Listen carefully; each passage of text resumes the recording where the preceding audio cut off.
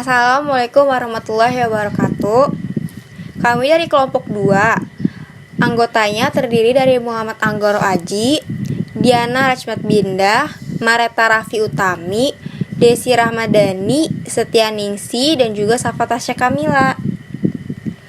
Menyiapkan anggaran. A. Sifat anggaran. Pengertian anggaran, jenis-jenis anggaran, manfaat anggaran, perbedaan budgeting dan forecasting, hubungan anggaran dan perencanaan strategik. B. Proses penyusunan anggaran. C. Aspek perilaku dalam penyusunan anggaran. D. Teknik kualitatif penyusunan anggaran. E. Studi kasus. A. Sifat anggaran. Pengertian anggaran. Anggaran adalah rencana kerja yang disusun secara tertulis, kuantitatif, formal, dan sistematis mengenai perkiraan kegiatan, penerimaan dan pengeluaran yang dinyatakan dalam unit satuan moneter atau uang, dan berlaku untuk jangka waktu tertentu dalam menjalankan operasional sehari-hari. Menurut Bastian 2010, anggaran merupakan kumpulan pernyataan mengenai perkiraan atas penerimaan dan pengeluaran yang diharapkan akan terjadi dalam satu atau beberapa periode mendatang. Jenis-jenis anggaran. Menurut Rudianto tahun 2009, anggaran dapat dikelompokkan dalam 2 jenis. Yang pertama, anggaran operasional, dan yang kedua, anggaran keuangan. Anggaran operasional adalah rencana kerja perusahaan yang mencakup semua kegiatan utama perusahaan dalam memperoleh pendapatan di dalam suatu periode tertentu. Anggaran operasional terdiri dari beberapa jenis, yaitu anggaran pendapatan, biaya, dan laba. Yang kedua, anggaran keuangan. Anggaran keuangan adalah anggaran yang berkaitan dengan rencana pendukung aktivitas operasi perusahaan. Anggaran keuangan terdiri dari beberapa jenis, yaitu anggaran investasi, kas, dan raca. Manfaat anggaran menurut Mardiasmo tahun 2009. Terdapat beberapa manfaat anggaran. Yang pertama, anggaran sebagai alat perencanaan atau planning tool. Yang kedua, anggaran sebagai alat pengendalian atau control tool. Yang ketiga, anggaran sebagai alat kebijakan fiskal atau fiscal tool.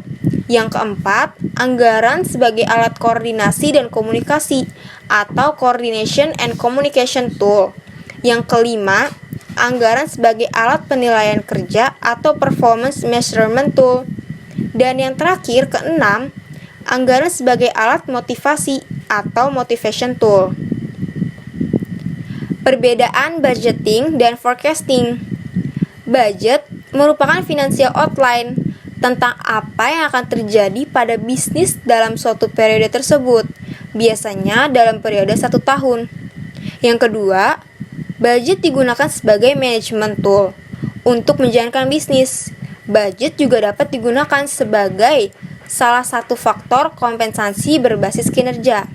Yang ketiga, forecasting merupakan proyeksi yang akan terjadi di level yang lebih tinggi, secara umum pendapatan kunci dan pengeluaran secara keseluruhan.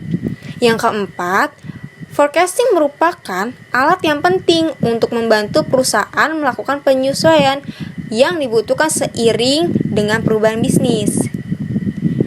Hubungan anggaran dan perencanaan strategik.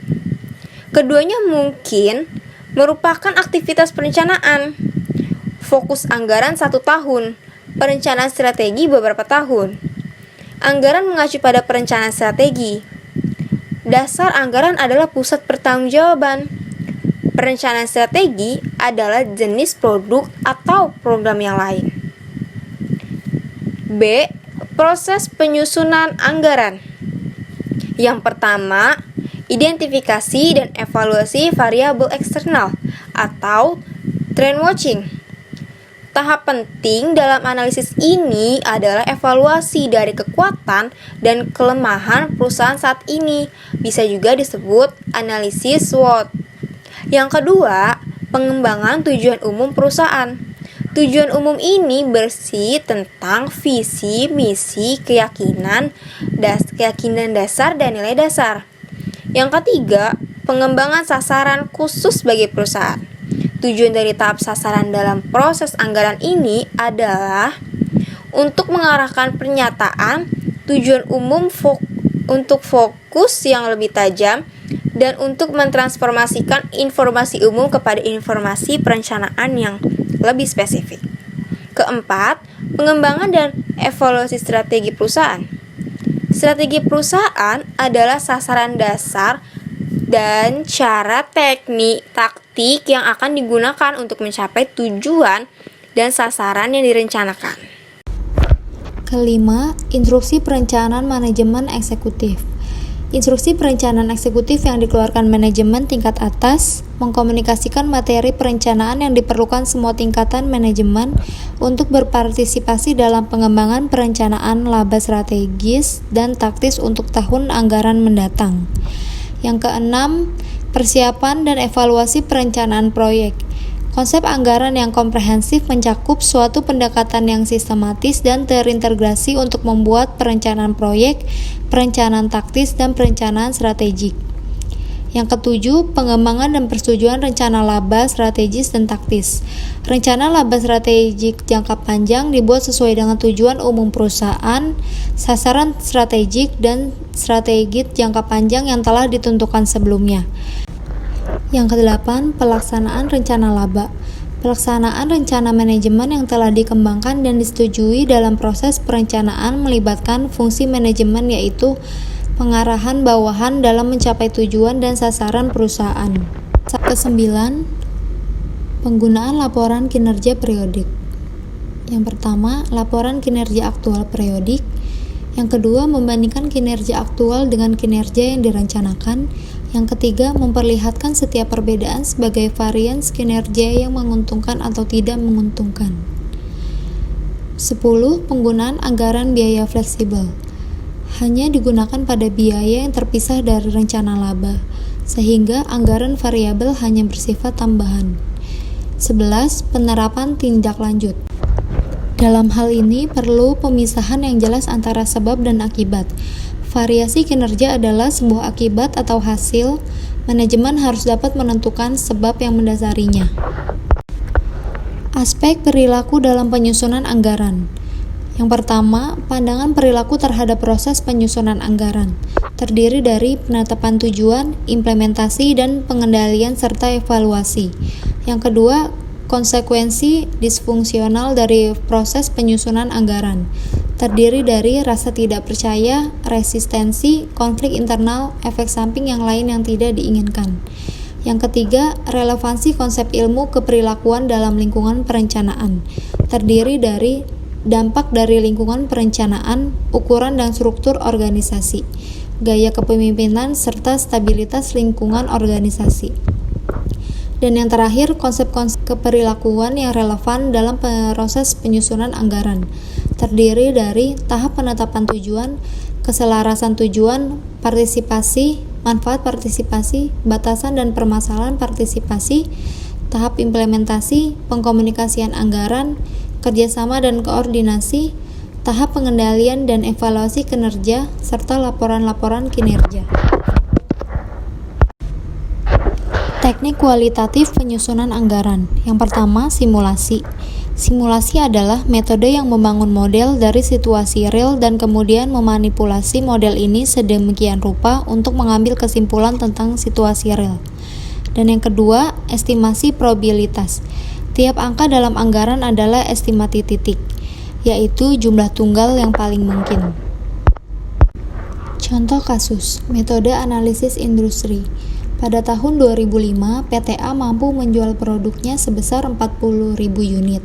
Pada tahun yang sama, total penjualan industri mencapai 100.000 unit. Jika penjualan industri tahun 2006 diperkirakan naik sebesar 25% dan manajemen PTA memperkirakan pangsa pasar perusahaan untuk tahun 2006 sama dengan pencapaian tahun 2005. Tentukan penjualan industri dari PTA tahun 2006. Penyelesaian kasus. Ada 3 langkah dalam penyelesaian Penjualan industri dari PTA tahun 2006. Langkah pertama, hitung pangsa pasar atau market share untuk tahun 2005. Pangsa pasar PTA tahun 2005 yaitu penjualan PTA tahun 2005 dibagi dengan penjualan industri tahun 2005, yaitu 40.000 unit dibagi 100.000 unit. Total pangsa pasar PTA tahun 2005 yaitu 40%. Langkah kedua, menentukan perkiraan industri tahun 2006, yaitu 100.000 unit dikali 1 ditambah 25% sama dengan perkiraan industri tahun 2006 yaitu 125.000 unit. Langkah ketiga, menghitung perkiraan penjualan tahun 2006. Penjualan tahun 2006 sama dengan penjualan industri tahun 2006 dikali dengan pangsa pasar PTA tahun 2006, yaitu 125.000 unit dikali 40%. Penjualan tahun 2006 yaitu 50.000 unit. Cukup sekian penyampaian materi dari kami.